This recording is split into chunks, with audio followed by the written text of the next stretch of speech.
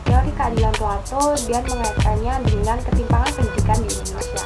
Plato percaya bahwa keadilan tercapai ketika tiap kelas ini menjalankan perannya masing-masing tanpa mencampuri tugas kelas lain.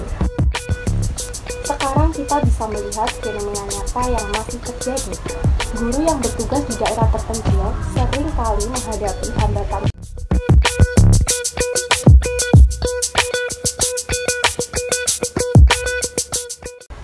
Assalamualaikum warahmatullahi wabarakatuh. Sebelumnya perkenalkan, nama saya Dini Faizulfa dengan NIM 174221009. Dalam video ini saya akan membahas terkait teori keadilan Plato dan mengaitkannya dengan ketimpangan pendidikan di Indonesia, serta relevansi teori ini dalam konteks tersebut. Menurut Plato, keadilan tercipta jika setiap individu dan juga kelompok dalam masyarakat menjalankan peran mereka sesuai dengan kemampuan dan juga sifat alami mereka. Plato membagi masyarakat menjadi 3 kelas besar. Yang pertama, kelas emas, di mana mereka adalah pemimpin atau filsuf yang memiliki kebijaksanaan dan juga kapasitas intelektual untuk memimpin. Kedua, ada kelas perak, di mana para prajurit yang berani dan juga bertugas menjaga keamanan serta mempertahankan negara. Selanjutnya ada kelas besi atau perunggu, di mana kelompok pekerja seperti petani, pengrajin, dan juga pedagang yang bertugas memenuhi kebutuhan ekonomi masyarakat. Plato percaya bahwa keadilan tercapai ketika setiap kelas ini menjalankan perannya masing-masing tanpa mencampuri tugas kelas lain. Hal ini adalah prinsip harmoni yang menjadi inti dari teori keadilan Plato. Gedung kelas atau ruang belajar di Sekolah Dasar Katolik Toba, Desa Roga, Kecamatan Dona Timur, Kabupaten Ende, Nusa Tenggara Timur sangat memprihatinkan dan tidak layak pakai lagi. Untuk melaksanakan kegiatan belajar mengajar, para guru dan siswa di SDK Toba terpaksa harus bernaung di bawah atap gedung sekolah yang rusak. Sekarang kita bisa melihat fenomena nyata yang masih terjadi. Ketimpangan pendidikan merupakan salah satu masalah besar yang masih kita hadapi di Indonesia.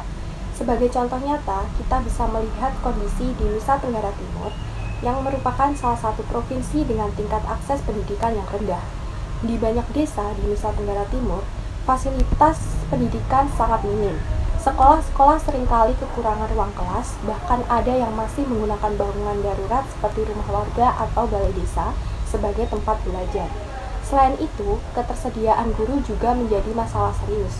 Guru yang bertugas di daerah terpencil seringkali menghadapi hambatan transportasi dan juga kurangnya dukungan, seperti pelatihan hingga akses ke teknologi.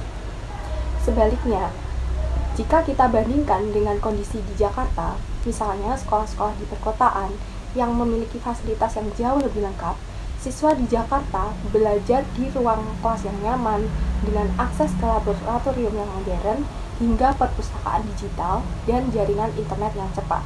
Selain itu, juga mereka memiliki lebih banyak pilihan kegiatan ekstrakurikuler untuk mendukung pengembangan diri mereka.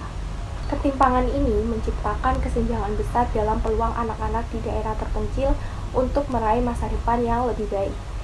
Data dari Badan Pusat Statistik atau BPS menunjukkan bahwasanya tingkat partisipasi sekolah di daerah terpencil seperti Nusa Tenggara Timur itu lebih rendah dibandingkan di daerah perkotaan seperti Jakarta. Anak-anak di desa terpencil itu seringkali harus putus sekolah lebih awal karena berbagai kendala, seperti jarak yang jauh ke sekolah hingga kebutuhan untuk membantu ekonomi keluarga. Fenomena ini menunjukkan bahwasanya ketimpangan pendidikan di Indonesia bukan hanya masalah infrastruktur saja, tapi juga mencerminkan distribusi sumber daya yang belum merata. Kondisi ini menuntut kita untuk mencari solusi yang adil dan berkelanjutan hingga semua anak Indonesia memiliki kesempatan yang sama untuk meraih masa depan yang lebih cerah. Fenomena ini dapat dikaitkan dengan teori keadilan Plato. Jika kita analogikan dengan masyarakat ideal Plato, kelompok di daerah terpencil dapat dianggap sebagai kelas besi atau perunggu, yang perannya krusial dalam menopang kebutuhan ekonomi bangsa. Namun, mereka belum mendapatkan perhatian yang adil untuk mengembangkan potensi mereka. Dalam konteks ini, keadilan menurut Plato mengajarkan bahwa harmoni masyarakat hanya dapat dicapai jika semua kelas mendapatkan porsi yang sesuai dengan kebutuhan dan juga perannya.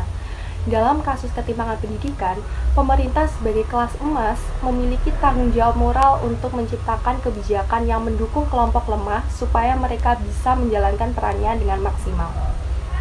Alasan saya memilih teori keadilan atau justice theory karena teori ini memberikan perspektif yang relevan tentang pentingnya pembagian peran yang adil dalam masyarakat. Teori Plato mengingatkan kita bahwa keadilan itu bukan berarti memberikan semua orang hal yang sama, tetapi memberikan apa yang mereka butuhkan untuk bisa berkontribusi sesuai dengan perannya. Sebagai penutup, teori keadilan Plato menawarkan panduan untuk mengatasi ketimpangan sosial, termasuk ketimpangan pendidikan.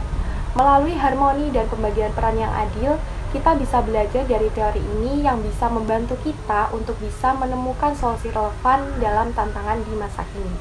Sekian video dari saya, ada kurangnya mohon maaf. Wassalamualaikum warahmatullahi wabarakatuh.